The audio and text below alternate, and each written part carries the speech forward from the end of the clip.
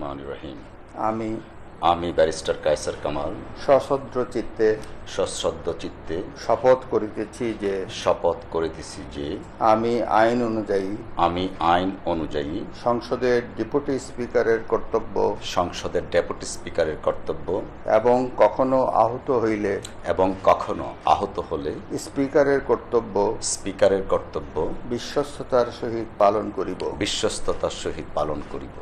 আমি বাংলাদেশের প্রতি অকৃত্রিম বিশ্বাস ও আনুগত্য পোষণ করিব।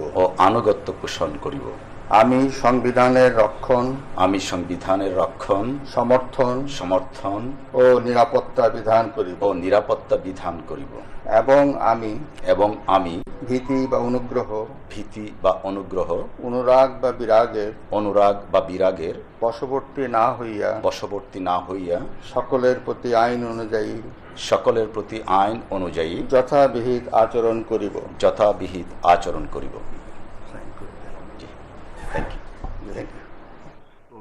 Thank you.